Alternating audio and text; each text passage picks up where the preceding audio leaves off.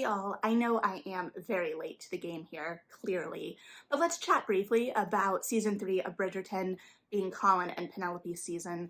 I don't think that this was a huge surprise for most of us because I think the way the plot kind of unraveled at the end of season 2 was very much setting up this move. We got the press release from Shonda Rhimes soon after season 2 that, hey, by the way, we may not be going in order for these. Just keep that in mind. And while it was kind of hinted that this was just kind of a blanket statement and not a pointed note, it felt very much like a pointed note in combination with those plot developments. And I've been seeing a lot of talk about this. I haven't dug too deep into anything as usual because the fandom is huge at this point. I would never pretend to know all of the discourse going on, so I can only speak to myself, again, as someone who read the books as a teen and was very excited for this project.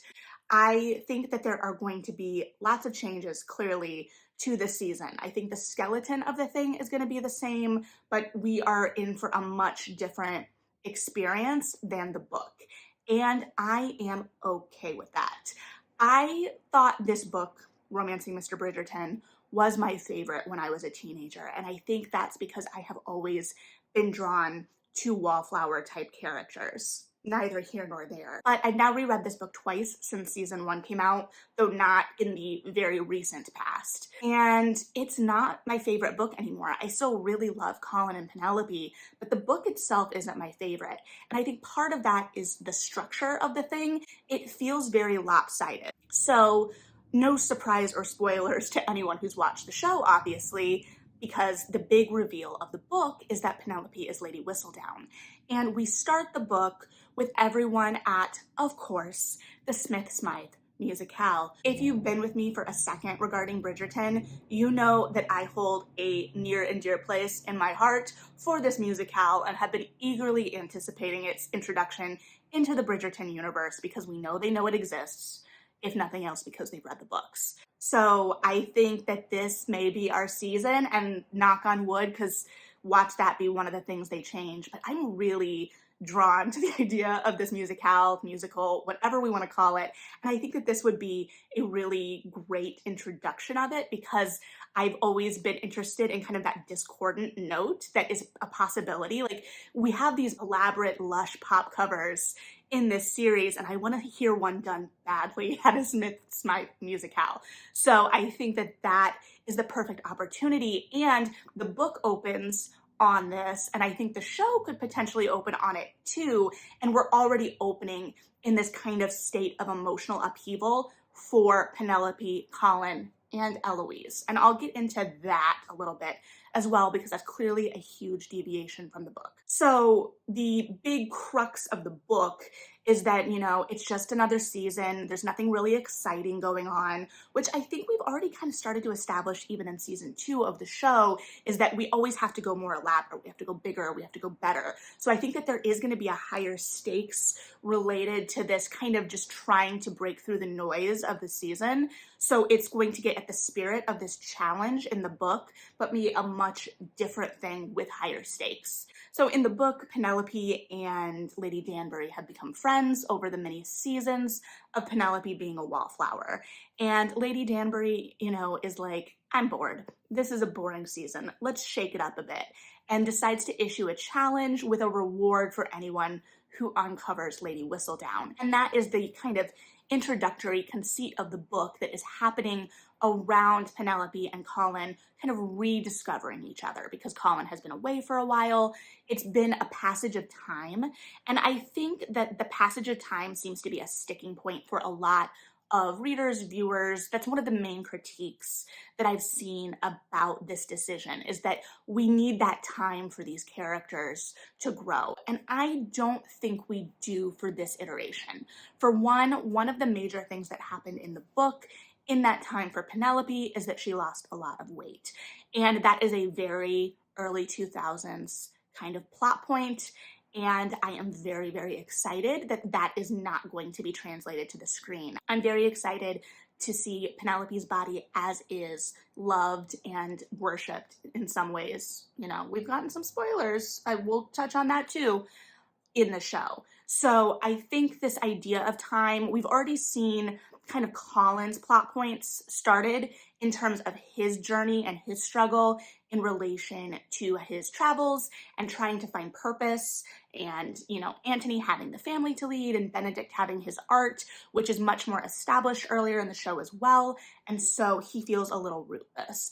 And in the book, he really frustrated me as an adult. I hinted at this when I talked about book Benedict's flaws, but book Colin, as charming as he is, and I've mentioned before, someone had postulated online, and I kind of agree with that, a lot of book Colin's characteristics in terms of like needling his siblings at balls have kind of gone to Benedict. So show Colin is a little bit more serious.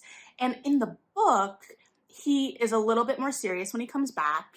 He's clearly trying to find purpose. We've seen show Colin clearly trying to find purpose, but he's a little annoying as well. And he feels a little bit like guy in your MFA, because after the reveal happens, he struggles a lot, I think, with Penelope having this success and him still feeling very rootless, which I think is a completely valid feeling, especially when you're searching for your purpose and you have begun this connection with someone that you thought you knew, find out that they're keeping this huge secret from you, and a secret that actually shows a lot of success in the way that it could be played that he's challenged by it because she's a woman, but I don't think that's it. I think it's this idea that you thought that you had a like person, and instead you find out the secret and you're not on as even a playing field as you thought. So I don't know. There's different ways to go with that. Not absolutely certain, clearly, but I don't think it's malicious. However, book Colin can feel kind of whiny sometimes. And I think that the book itself is just very uneven, because the first half of the book is very caught up in this idea of unmasking Lady Whistledown. And so we're seeing Penelope and Colin reconnecting, but also Colin has these theories that Eloise is Lady Whistledown, which we've obviously seen established in the show as well. So the stakes of all of that are going to be much, much higher. But the book is so focused on keeping the reader in the dark and having that moment of surprise when we as readers realize what's going on, that the book itself is, like I said, just uneven and lopsided. So I think us as viewers having insight into this secret already is going to make it a more dynamic front half of the narrative. And they've clearly already set things in place to change bits of the narrative or up the stakes. And one of the biggest deviations that both makes sense and I am struggling with is that Eloise knows Lady Whistledown's identity before Colin does. And it makes sense because we've established this friendship so strongly. And in the books, the fact that Eloise's discovery of this knowledge is designated to a second epilogue has always felt kind of off. And I think in the show, they're using this conflict as a way to grow Eloise and develop Eloise for her story. So we'll have to see how it plays out, but I think that there is a good likelihood that we could move into Eloise immediately next, like in the books, since, Penelope and Eloise feel almost like dominoes. Penelope getting her happily ever after is what instigates Eloise to hers. Or we could keep her on the shelf a little bit longer for her book and watch her, kind of continue to lose those in her family she's close to love and have to make a decision. Either way, we are going to be seeing significant character growth from her this season in relation to knowing Penelope is Lady Whistledown. And it is not going to be easy, I don't think. And there were choices made in season 2, very hard choices by Penelope related to this identity, and then choices made by Eloise and how she reacts to this information. On both sides, were they necessarily the best choices? Who knows?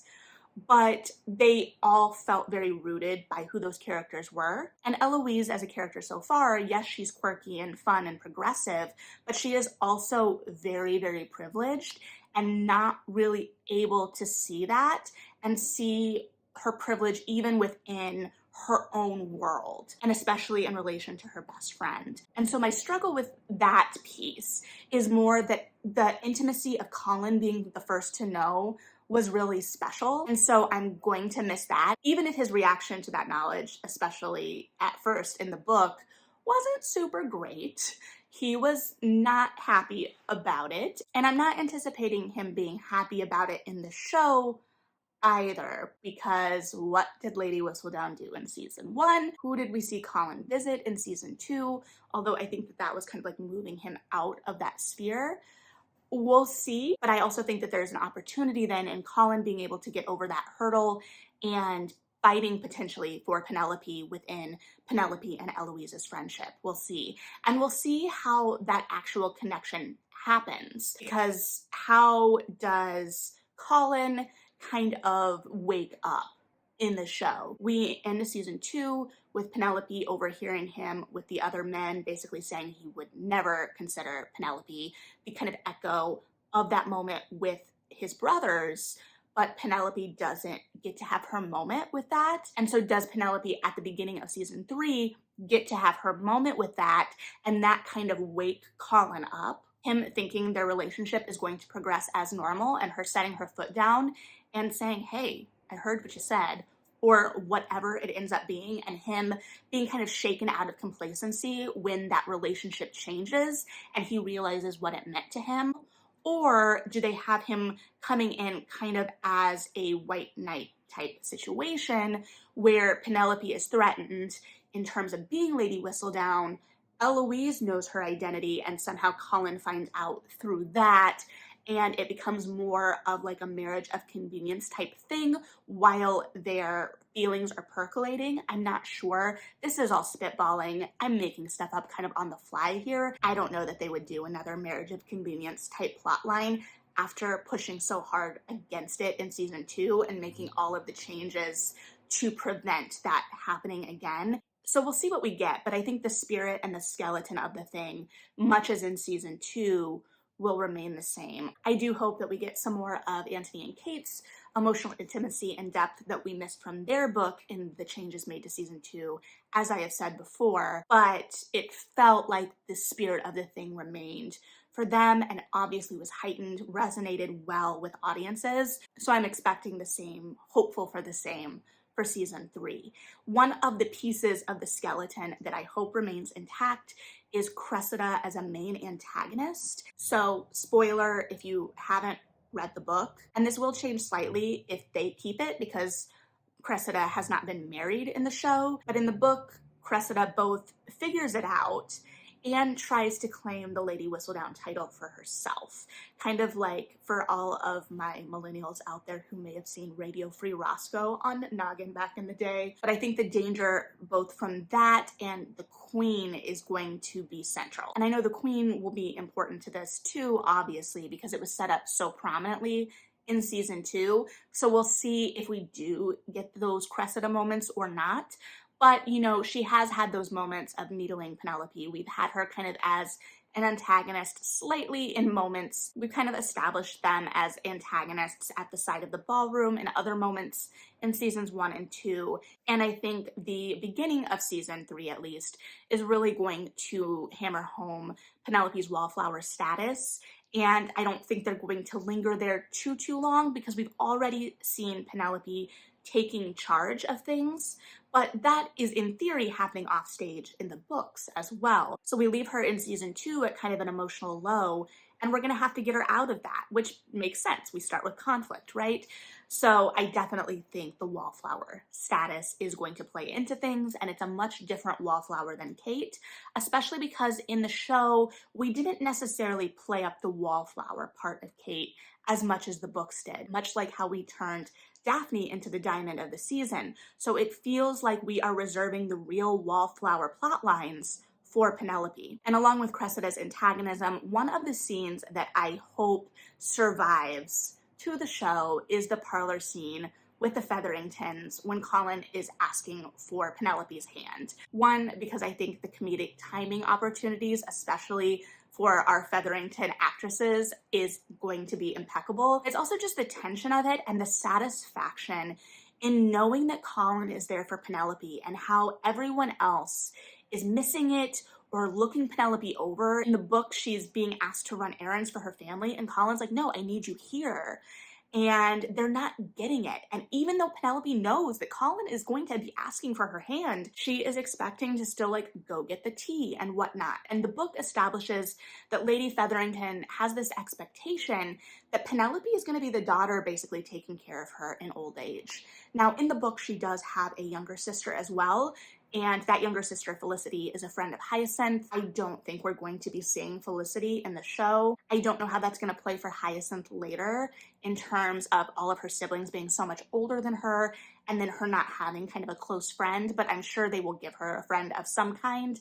But I just don't see them suddenly introducing a younger Featherington sister when we have spent so much more time with the Featheringtons than I think anyone anticipated or really anticipated. So you have this almost farcical setup in this scene of Lady Featherington trying to kind of get Penelope out of the room so that Colin can ask for Felicity's hand, which was never on the table, but she doesn't know that. Felicity knows that, but Lady Featherington doesn't. And there is just such satisfaction in the moment of Colin breaking and being like, no, I am here about Penelope. And that's kind of one of the moments where he starts to kind of grow up and come into his own. In the books, a lot of his journey is that coming into his own. And that's part of the frustration too, when he feels a little bit more immature, especially in comparison to Penelope, who has had to make a lot of sacrifices in her life, and getting him to understand what her life has looked like and what those sacrifices have been. And I think we're still going to get a lot of that in the show. And I think that that's going to be very satisfying. These moments of, I've been overlooked for so long and I've taken what I can for myself. And so in the show, Colin is a little bit more serious, but he's also still very much a dreamer, a romantic, a little out of touch. But we've started to see his worldview shaken a little bit, especially with his visit to Marina in season 2. So we'll see how that continues. But that drawing room scene just kind of encapsulates everything that really resonated with the book for me when I was a teenager and what still really resonates as an adult. This moment of the person who's been overlooked for so long being chosen and someone declaring loudly. And I think we get moments of that in the other love stories as well, but we're a little bit more emotionally attached, or at least I am, to Penelope at this point. That being said, when I talk about Colin's journey being a little bit more about maturity, I think that we are going to get, or I hope that we get, a little bit more groveling from him in the show. Him realizing that he is going to have to meet Penelope where she is. Him realizing that he has been overlooking her, looking down on her in some way, whether he intended to or not, and actually realizing how spectacular she is and that he has to earn her. And I think that realizing that and accepting that and knowing that that's not a weakness is maturity and growth. And I think Penelope's journeys are going to be similar in terms of finding her voice, because Colin, a lot of his journey is finding his voice because he writes his travel memoirs, or maybe he will, I don't know. But Penelope right now, her voice is all hidden, right? It's her voice and it's renowned, but no one knows it's her. And so I think it's going to be about that moment of claiming it and claiming her entire identity and stepping into that. And whenever the reveal within the Bridgerton household happens in terms of Penelope's identity, because I do think all of the Bridgertons will know before anyone else, because Anthony is going to have to help manage the situation, the imagery potential for the reveal is so spectacular. I'm just imagining, the big ballroom with Colin and Penelope above everyone and Lady Whistledown papers just raining down. I think that there is just so much opportunity there, and I'm excited to see what they do with it. But in terms of imagery and something that has been confirmed from the book, except it's more the wish fulfillment of what never was in the book, Nicola has said in an interview one word, and that word is mirror. And for those of you who've read the book, you know that there's a line in the book where Colin indicates that he wants to make love to Penelope in front of a mirror. Because although the book has a weight loss plotline, which we know how I feel about, probably, hopefully, there is still some insecurity at the root of that love story. And I think that there's going to be insecurity, obviously, because Penelope has been overlooked for so long, part of that, groveling and earning it. And part of that is going to be the complete appreciation and love of Penelope for who she is, where she is, and the potential of that imagery. Before that spoiler, I'm sure it's not a spoiler, I'm sure it was a very strategic PR plant.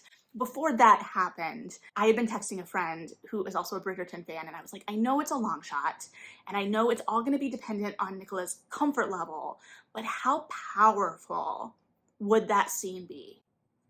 And we're getting it in some form. And I'm just very excited about that. I'm excited for what it is going to be potentially saying within the relationship. I'm excited for the extra layers it's going to add on top of the story, and for how sensual and lovely it is potentially going to be. So ultimately, I'm very, very excited for this season, and I'm actually as excited or more excited to see what changes are made than anything. As I said, there are still some bits that I really want to see in some form, but ultimately I feel like there is a lot of creative room to play to kind of amp up the emotions and the stakes of these characters and their journeys, because like I said, I don't think the book really knows what it's doing for part of the time. So I think that there is an opportunity to kind of flesh out and further develop certain parts of things. That may be blasphemous, I don't know, because I haven't been paying attention to the way the discourse is going. But ultimately, that's how I feel. So we will see what we get in this final form. It sounds like they're already off to the races on it. This is obviously kind of quick, unfiltered, unstructured thoughts, and